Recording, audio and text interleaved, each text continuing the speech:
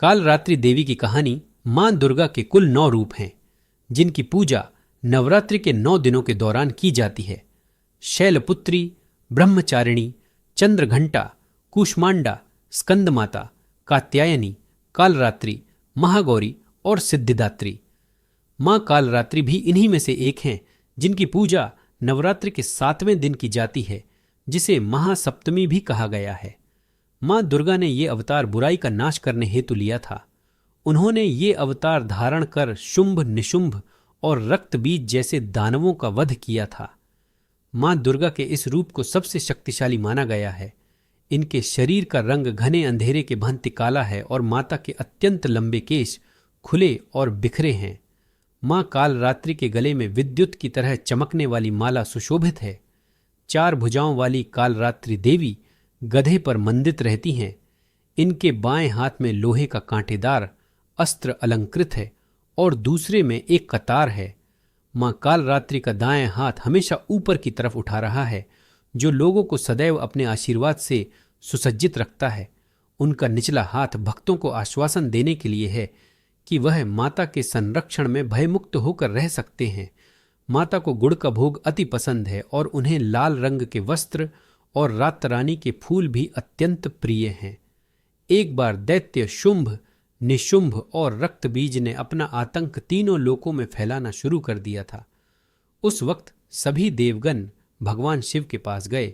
जब भगवान शिव ने सभी देवताओं को चिंतित देखा तो उनसे उनकी चिंता का कारण पूछा।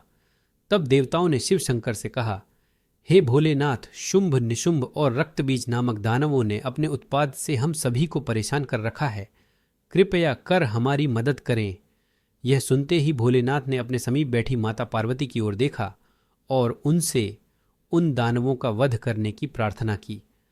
भगवान शंकर की विनती सुनकर देवी पार्वती ने उनके सामने नतमस्तक होकर उनका आशीर्वाद लिया और वहां से जाने की आज्ञा मांगी और दानवों का वध करने निकल पड़ी। माता पार्वती ने दानवों का वध करने के लिए मां दुर्गा का रूप धारण किया। इस रूप में वह सिंह पर सवारी करती हुई अति मनमोहक और शक्तिशाली प्रतीत हो रही थी। माता को देख सभी राक्षस अचंभित हो गए। उन तीनों ने माता के साथ एक घमासान युद्ध शुरू किया। दैत्यों ने अपना पूरा बल लगा दिया, परंतु माता के सामने नहीं टिक पाए। आदिशक्ति ने शुंभ और निशुंभ का वध कर दिया। इसके पश्चात मां ने रक्तबीज के साथ युद्ध करना शुरू किया। रक्तबीज कोई मामूली दानव नहीं था।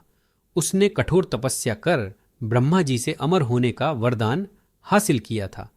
ब्रह्मा जी ने उसे यह वरदान दिया था कि जब भी उसे कोई मारने का प्रयत्न करेगा, तब उसके शरीर से निकली खून की बूंदें जैसे ही धरती को स्पर्श करेगी, वैसे ही अनेक रक्तबीजों का जन्म होगा। इसी वरदान के अनुसार जैसे ही माता ने उस पर प्रहार किया, उसकी खून की बूंदें धरती पर गिरीं और अत्यंत रक्तबीज प्रकट हो गए। उसी क्षण माता ने कालरात्रि का रूप धारण किया। मां दुर्गा के शरीर से एक ऊर्जा का संचार हुआ और मां कालरात्रि का निर्माण हुआ। भले ही वो दानव अति शक्तिशाली था, परंतु माता से जीत पाने का सामर्थ्य उसके अंदर नहीं था।